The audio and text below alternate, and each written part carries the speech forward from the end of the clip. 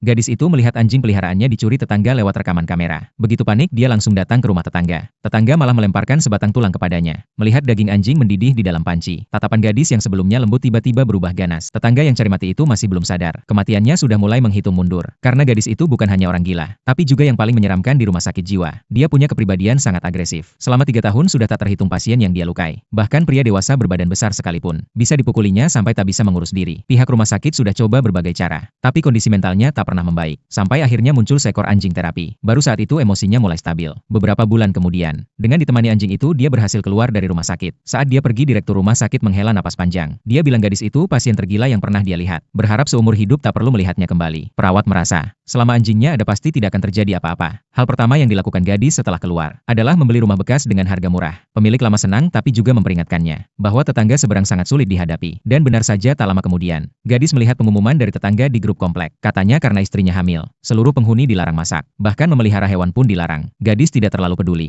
Tapi keesokan paginya, dia mendapati depan rumahnya penuh dengan sampah. Dia kesal dan mengetuk pintu tetangga. Tapi nenek itu dengan tegas menyangkal. Bahkan balik menuduh gadis itu memfitnah. Habis berkata langsung menutup pintu sambil mengomel. Gadis pikir masalah sudah selesai. Tak disangka, baru saja buang sampah dan kembali, sudah ada tumpukan sampah baru di depan pintu. Karena itu gadis memasang kamera pengawas di depan rumah. Ternyata nenek bukan hanya buang sampah di sana, tapi juga menyuruh cucunya pipis di kantong sampah. Gadis langsung buka pintu ingin protes. Tapi meski tertangkap basah, nenek itu tetap tak mau mengalah. Bahkan bilang itu area umum. Sampah bisa dibuang sesuka hati. Cucunya mau pipis juga terserah. Gadis sadar tak bisa diajak bicara baik-baik. Terpaksa menelepon pengelola komplek. Tapi pengelola malah menyarankan dia bersihkan saja. Katanya sesama tetangga jangan sampai bermusuhan. Setelah menutup telepon, melihat tumpukan sampah, wajah gadis langsung berubah. Saat dia hampir kehilangan kendali, anjing kesayangannya tiba-tiba muncul. Melihat anjing kecil itu, emosinya perlahan reda. Demi bisa hidup seperti orang normal, gadis memilih untuk tetap bersabar. Tapi siapa sangka, malam itu saat sedang menonton TV, tetangga tiba-tiba menggedor pintu dengan gila. Tetangga marah-marah menanyakan kenapa masih nonton TV, lalu memakinya dengan kata-kata kasar. Gadis tak ingin ribut dengan mereka, langsung menutup pintu. Tetangga balas dendam dengan memukul tembok bikin kebisingan. Dia hampir dibuat gila. Untung anjingnya datang lagi. Besok siang, gadis pesan makanan pedas sekali. Tapi saat buka pintu pesanannya sudah hilang. Cek kamera ternyata dicuri anak tetangga. Dia pun mengetuk pintu rumah tetangga, ingin menuntut penjelasan. Tapi nenek hanya bilang, cuma makanan saja kenapa harus ribut. Ibu si anak lebih parah. Marah-marah karena dia pasang kamera tanpa izin, lalu merebut ponselnya dan menghapus semua bukti rekaman. Tanpa bukti mereka tak mau mengaku. Gadis hampir kehilangan kontrol karena kesal. Anjing kesayangannya muncul lagi. Dia melihat anjing itu, berusaha menahan amarah. Saat itu si anak sedang lahap makan pesanannya. Tak lama kemudian mulutnya kepedasan sampai terguling di lantai. Keluarga aneh itu malah menyalahkan gadis. Mereka menggedor pintu menyuruh gadis keluar. Katanya si anak cuma makan sedikit, tapi harus masuk rumah sakit. Dan mereka minta gadis bayar biaya rumah sakit. Gadis tak mau sabar lagi. Dia bilang akan lapor polisi. Keluarga itu langsung diam tak berkutik. Sebelum pergi masih sempat mengancam,